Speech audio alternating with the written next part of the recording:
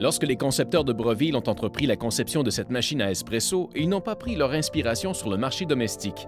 Ce qu'ils ont fait, c'est qu'ils ont pris les meilleures caractéristiques du monde commercial. Ils ont réfléchi à comment ils pouvaient utiliser ces caractéristiques et les inclure dans ce produit domestique afin qu'il se trouve sur les comptoirs de cuisine. La manière dont une machine à espresso standard puisse permettre de contrôler la température est avec l'utilisation d'un thermobloc. Un thermobloc est tout simplement un bloc d'aluminium avec un chemin tortueux sculpté dans le centre. L'eau entre ici et sort là pour se rendre dans le café moulu. Le système de thermobloc est conçu autour du débit d'eau. Si l'eau coule trop rapidement, elle sera froide. Si l'eau coule trop lentement, elle sera trop chaude.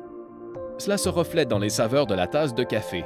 L'un des problèmes encourus avec ce système, c'est que vous devez attendre un long moment afin que le thermobloc se réchauffe et fasse de la vapeur. Vous devez aussi attendre un long moment afin qu'il se refroidisse. Vous pouvez aussi le nettoyer avec beaucoup d'eau afin de faire un autre espresso.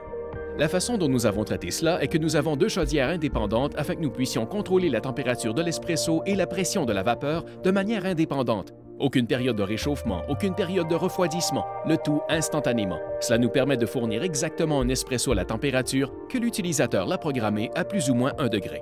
La pré-infusion est lorsque nous distribuons l'eau à des pressions plus basses en augmentant graduellement jusqu'au maximum de pression de 9 bars. Cela signifie que le café moulu est plus uniformément imprégné avant la pression maximale. Si vous utilisez une machine avec une pompe de 15 bars et que vous avez ce surplus de pression dans les premières étapes de l'extraction, cela va promouvoir un chemin d'extraction préférentiel dans le lit de café. Qu'est-ce qu'un chemin d'extraction préférentiel? C'est là où l'eau, qui est acheminée au café moulu, trouve le chemin de moindre résistance, soit sur le côté du lit, adjacent la paroi du panier à café, ou soit au centre du lit de café. Cela va produire une saveur trop extraite et vraiment amère dans la tasse. Cela signifie que le café moulu est plus uniformément imprégné avant la pleine pression. Vous obtenez donc une meilleure saveur dans votre tasse. Alors, quoi de plus nous offre la machine?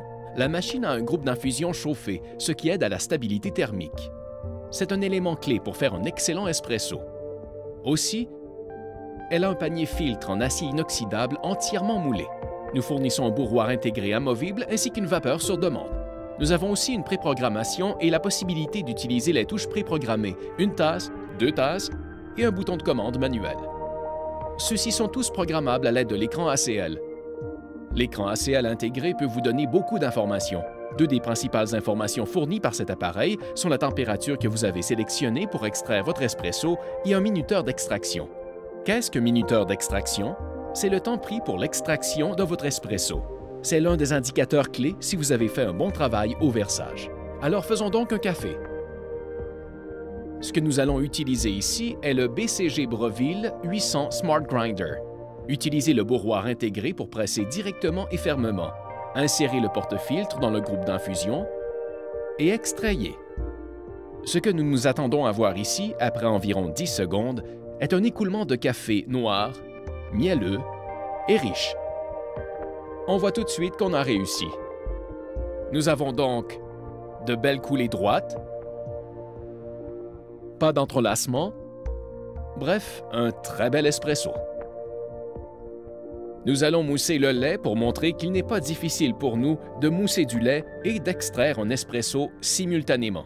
Avec la chaudière dédiée à la vapeur, nous pouvons généralement mousser du lait environ 2 fois plus vite que nous le ferions avec un système de thermobloc. Lorsque la machine atteint 140 à 149 degrés, vous devez désactiver la soupape de vapeur, essuyer la buse à vapeur, purger et verser le café.